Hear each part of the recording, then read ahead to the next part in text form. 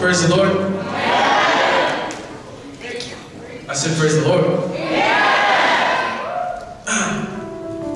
Oh, man. How many of you are happy to be in that house of the Lord tonight? Let me see you.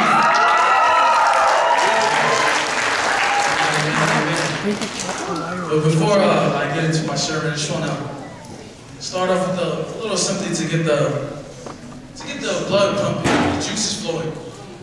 I didn't tell you. I'll just tell you a little bit about myself.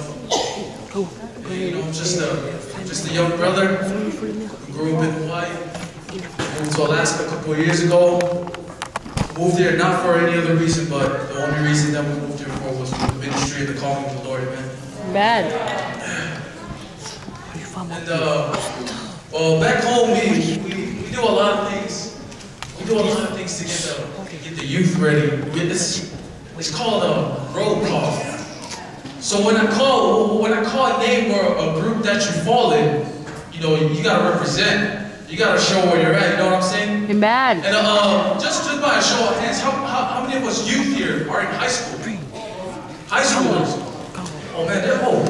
Wow. What did I expect?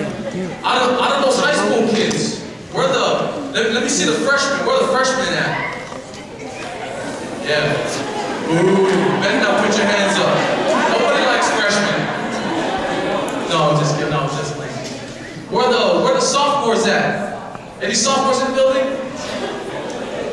Then put your hand down, man. I hated my sophomore years. No, I'm just kidding. Where my juniors at? Yeah, there you go, represent. You guys are almost there, you guys are almost done. Where are the seniors in the building? You know? Alright, okay, I see you guys, I see you. How many of us are over 18 and high school graduates? Oh, okay. Hey, one thing, how does it feel to be old?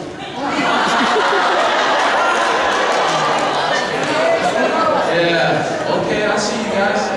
Yeah, but, you know, just, first of all, I would like to thank the youth staff and the youth committee for giving us this opportunity to host this youth rally, but in extension, I would like to thank my pastor and our youth staff for giving me this opportunity to stand back here and preach his word. And, yeah, can we give a hand for all the pastors who are here?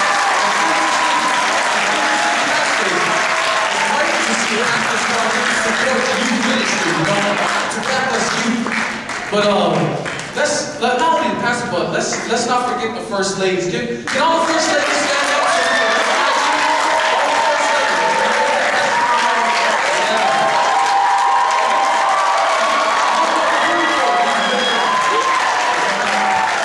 Look how beautiful these women are. You know, I mean, they say behind every strong man is a mighty woman.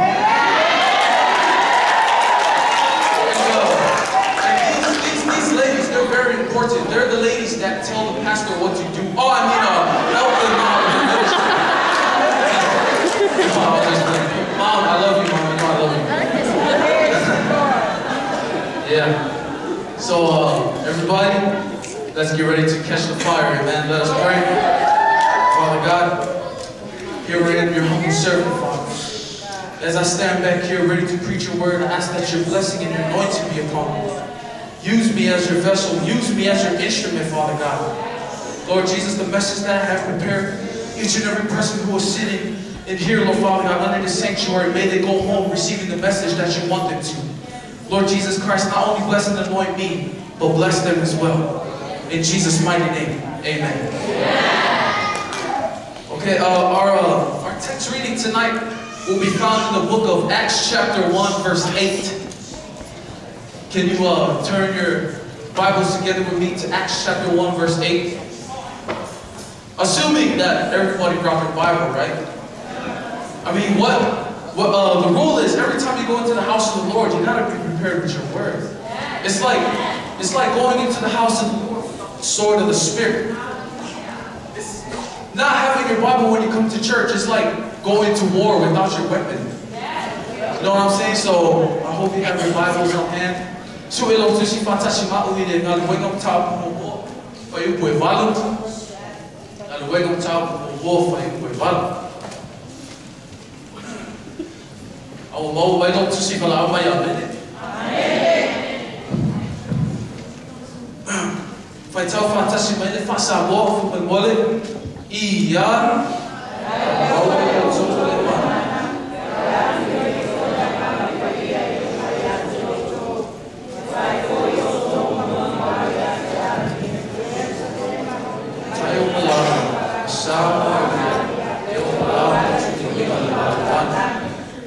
I'll be reading the English translation for you. It says, in Acts chapter 1 verse 8, it says, but you will receive power when the Holy Spirit comes upon you. And you will be my witnesses in Jerusalem, in all Judea, in Samaria, and to the ends of the earth. Amen? We're still working here? We're still alive? My topic tonight is catch the fire. You know, this youth rally was themed after this quote or this phrase, catch the fire. Puhe leafi, shapo leafi, mau leafi, mata ofi leafi. In the book of Joel, chapter 2, verse 28, it says, and this shall come to pass afterward, that I will pour out my spirit upon all flesh. And this shall come to pass afterward, that I will pour out my spirit upon all flesh. And your sons and your daughters shall prophesy. And your old men shall dream dreams. And your young men shall see visions. In Luke chapter 24, verse 49, Jesus said, I am sending the promise of my Father upon you, but wait in the city until you are clothed with power from on high. Amen. My first point tonight is, who is the fire? Or in other words, what is this fire? O ai lea, o lea nganga paia, o io lea. O io lea fi mai le tua moi tatou umo o tani Yesu e fai maling fao. Ma o whanau fo ina I lona swafa avene. O io lea fi e fao mu ina ai me lea ma ubalava, ma lea masama. E tā pena I oe, e tā pena I fo I maa. I le wala au pa ia le tua molona fina ngalo, amen? So brothers and sisters, set aside all your worries and put a smile on your face and get ready to receive the fire of the Holy Ghost, amen? Did somebody in here shout amen? See now, this fire that we're trying to catch, see, this was the same fire that Moses saw at the burning bush. Now see, this is how it works. Although the bush was on fire, its flame did not burn out. See, it was a never-ending fire. Although the bush was on fire, the fire didn't die out. Now see, but this is what you gotta get. That was a huge turning point for Moses. That was a huge turning point for Moses. See, that's where God took his weakness and made him into a witness. Amen. I know we're talking to somebody. See, that's where the Holy Ghost and fire took his mess and made it into a message. Amen. No. See now, you guys kind of missed the part where to shout and give a little praise, but it's all right. I'll say it again for you. See, that's where God took his weakness and made it into a witness. Amen. See, that's where the Holy Ghost and fire took his mess and made it into a message. But get this, I'm not a rapper. I'm just a young brother who's trying to preach on the fire of the Holy Ghost, amen? Is that what I'm talking about? Now, young people in our gathering tonight, see, this fire, this same fire that changed Moses' life, this same fire that made him one of the greatest heroes in the Bible, let me tell you, that same fire is available for all of us tonight. That same fire is available for you, me, for everybody who's here. To all the prayer warriors, and even our gathering tonight, let's keep the fire burning, amen? Like the 5 virgins in the church, see, they said, give me oil in my lamp so that I may keep my fire aflame. Also, like the Apostle Paul to the young Pastor Timothy, he said, rekindle your fire, amen? Let's catch the fire. Oh no, I don't think you guys know where I'm coming from. I said, let's catch the fire. Turn to your neighbor, tap him on the shoulder and say, catch the fire, brother. Go ahead now. I gotta see what I'm working at.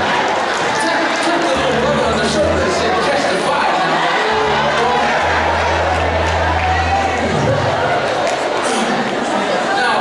Now see, don't try to do things on your own strength. Or don't try to change your life on your own. See, what we should do is we should rely on the fire of the Holy Spirit, amen? Now we remember Pentecost as the day God met his awaiting children, right? Now see, at Pentecost, the believers were baptized in the Holy Spirit and clothed with power from on high. See, at Pentecost, they received the promise that Jesus had gave them. At Pentecost, their lives were overflowed with his praise and with his presence. In John 7, verse 37 to 39, it says, like a river, the Holy Spirit flowed out of their inner beings. We gotta catch the fire. I'm gonna keep saying it until my point gets across. I don't know about you, but I didn't come here to look this way or that way. I didn't come to stand up on this stage to show off my cool suit and my cool shirt. No. I came here to catch the fire, amen.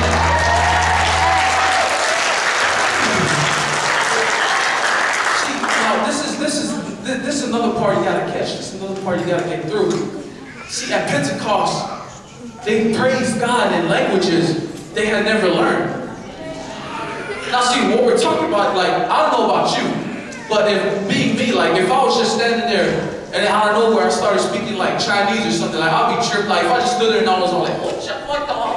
Like, I'll be pretty tripped out. I'll be amazed. But see, this is the part you gotta get. When the Holy Spirit starts moving, anything is possible. See, when the power of the Holy Ghost comes upon us, anything can happen. Look at the past. When the Holy Ghost comes upon us, the lame are healed, the crippled can walk, the blind can see, the deaf can hear. Amen. There's got to be something about that fire of the Holy Ghost. Amen. Now see, at Pentecost, they boldly witnessed for Jesus.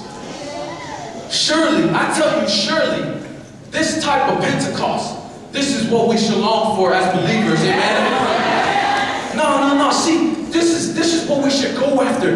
This is what we should desire. We should long for Pentecost.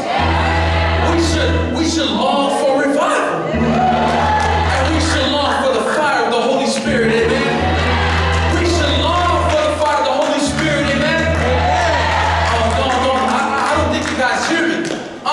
This fire is getting so real, it's starting to get hot in here. Hey, tap the neighbor on the shoulder and say, ooh, you on fire.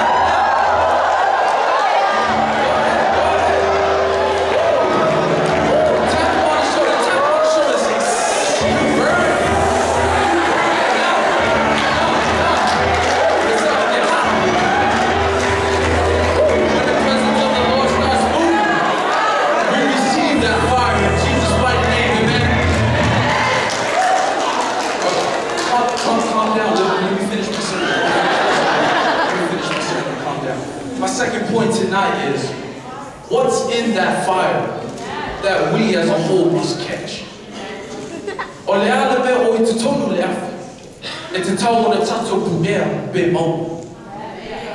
Let me tell you what's in that fire.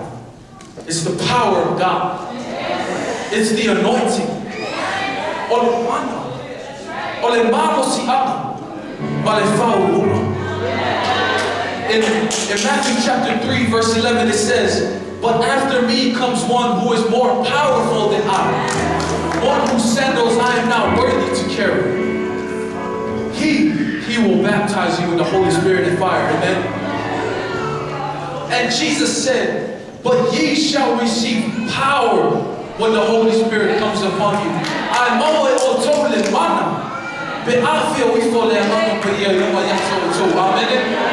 If you really believe that, wave your hand and say amen.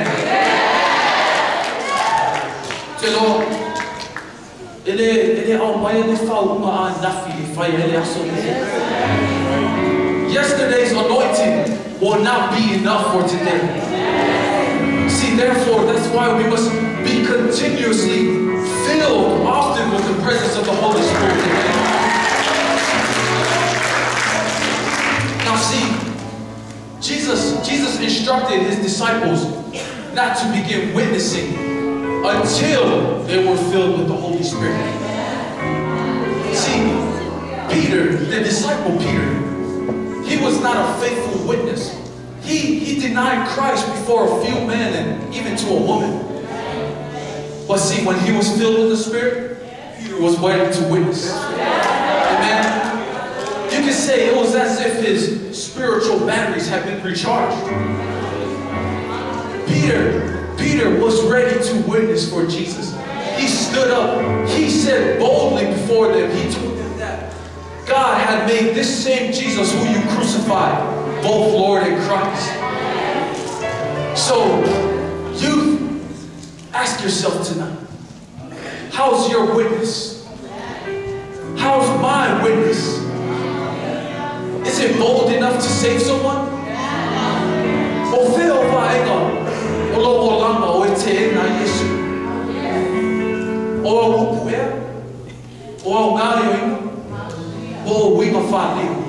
What part of your life is denying Jesus? Is it your words? Is it your actions? Or is it your attitude?